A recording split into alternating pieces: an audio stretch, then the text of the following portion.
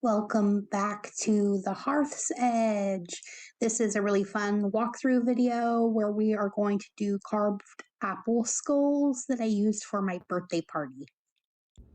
Hey everyone, so today we are going to do a kind of fun video and hopefully it will work out, but I'm not sure. But let's give it a try, huh?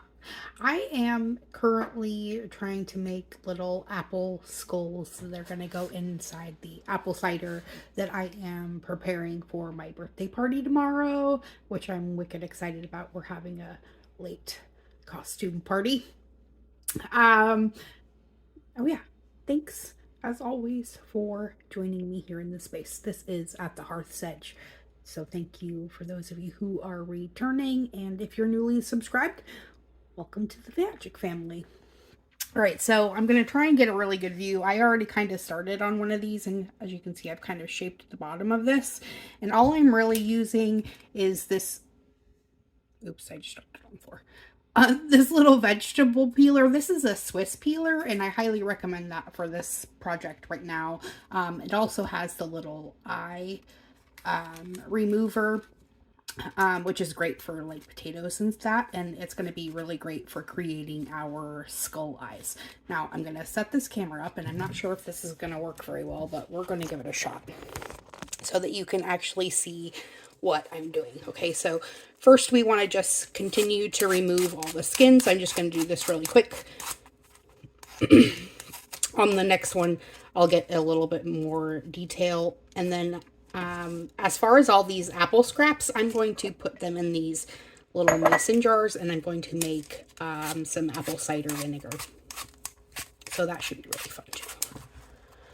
That takes a couple weeks, and it's just a couple of ingredients. You can use sugar or honey. I'm going to use honey, I think, because I want the most natural probiotics. All right, so now I've kind of got my skull shape a little bit. Okay, so we're going to pick a side. We'll shave a little bit more off of this side, and we'll use this side. So I'm going to just create my eyes now by digging in this little tool, and then it makes a perfect little eye hole. So we're just going to do that twice for the eyes, and then I'm going to use it to kind of scoop out a little bit of a scary-ish kind of mouth and a little spot for the nose. I don't know if you can see that. See? And I might shave the sides of this one down a little bit more. Make it kind of more of a screaming face. You can do this however you want.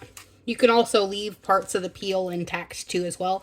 And what I'm going to do is I'm going to just set these onto a baking tray, and we're going to let them air dry overnight. If they don't seem like they're quite where I want them to be tomorrow, I may just throw them in a really low temperature oven, but I honestly have a lot of other things that are going into the oven tomorrow. So we want this to just kind of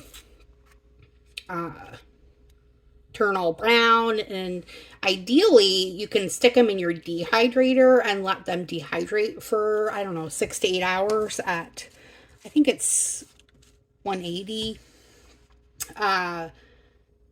And then they'll get all kind of wrinkly and stuff too, which is really fun as well. So I'm just going to do another one of these really quick.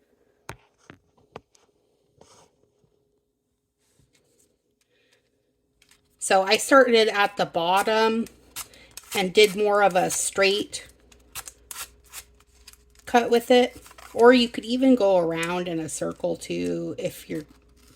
Boy, I need to sharpen this thing. If your peeler is working properly, that is ideal. So see, I'm kind of just going in almost a hexagon pattern so I can keep that straight edge at the bottom. Remember, all these scraps are going to good use. So now I left this one with a little bit more of a rounded, almost back of the head type shape. I'm going to try and keep that by just using the peeler lightly on the top half. And I'm going to go around the edge to round off that hexagonish shape.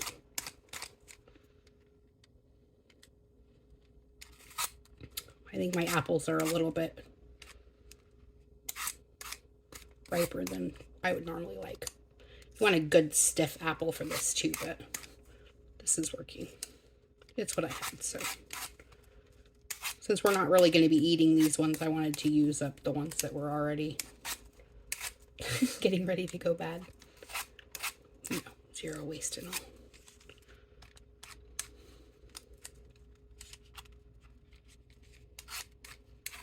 All right, so there again we have our basic shape. I'm gonna take it off there. Now I'm gonna round out the bottom straight edge a little bit more, going a little bit lighter on the back of the head part.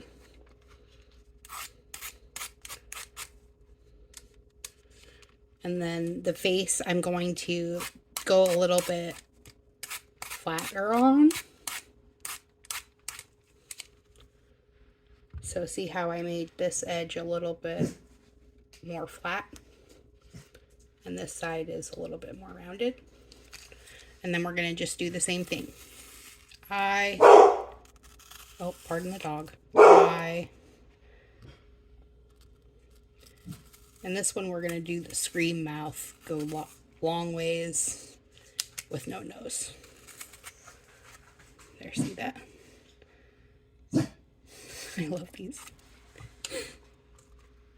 Anyways, I'll get back to you guys tomorrow after these have had a little bit of time to set up, and maybe I'll give you a little bit of peek at some of the other fun projects I'm doing as well. Thanks for being here.